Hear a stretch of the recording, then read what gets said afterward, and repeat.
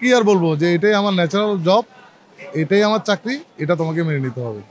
Proud feel মনে করতেছি এই কারণেই যে 10 জনের স্বপ্ন যদি পূরণ করে আমার স্বপ্ন যদি দেরিতে হয় তারপর ভালো লাগতেছে যে মানুষের উপকার করতে পারতেছি। আগে পরিবার না, আগে আমার ডিউটি।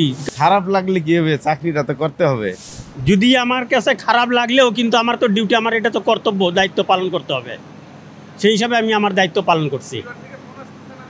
হ্যাঁ, আসছে, বলতেছে বাড়ি আসো, কবে আসবা, একসাথে ঈদ করব। তা আমি বলছি কি বাড়ি আসবো, আমার তো আগে ডিউটি। আগে পরিবার না, আগে আমার ডিউটি। কারণ যেটা দিয়ে আমার রুজি, ঠিক আছে, তো সেটা তো আগে আমাকে দেখতে হবে। যদি আমার এই চাকরি না থাকে তাহলে আমি পরিবার কিভাবে চালাবো? জি জি জি জি জি একটা দিন আগে হয়তো বাড়ি গেলে পারে, 2টা দিন আগে বাড়ি গেলে পারে একটু আনন্দ বেশি হতো। কিন্তু 1-2 দিন আগে তো আমরা যেতে পারতেছি না, কারণ আমাদের দায়িত্ব ছাড়ে তো আমরা যেতে পারবো না, যেহেতু এটা আমাদের 1 নম্বর দায়িত্ব। এবং জনগণের সেবা দেওয়া, এটাই সবচেয়ে বড় দায়িত্ব আমাদের। খারাপ লাগলে কি হবে, চাকরিটা তো করতে হবে। চাকরির জন্যই মূলত পরিবারকে ছেড়ে এসে দূরে থাকা। অবশ্যই খারাপ লাগতেছে, বউ বাচ্চা মা বাবা ছাড়া ঈদ করতে হতেছে, হয়তো কখনো রাস্তায় থাকতে হবে, বা ঈদের দিনও আমরা ডিউটি করি। অবশ্যই খারাপ লাগার কথা, অবশ্যই খারাপ লাগতেছে।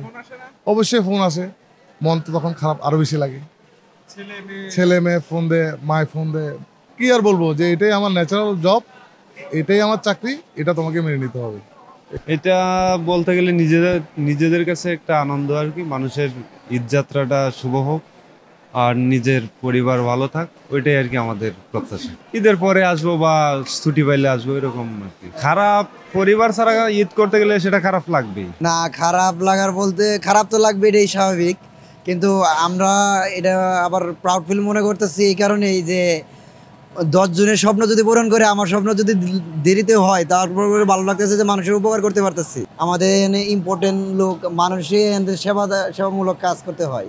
সেই ক্ষেত্রে মানুষের প্রায়োরিটির জন্য আমরা আমাদের নিয়োজিত করেছি। এই জন্য মানুষের প্রায়োরিটি দেওয়ার জন্য আমরা ফ্যামিলিগতভাবে হয়তো তোমাদের সময় ঠিকমতো দিতে পারতেছি না।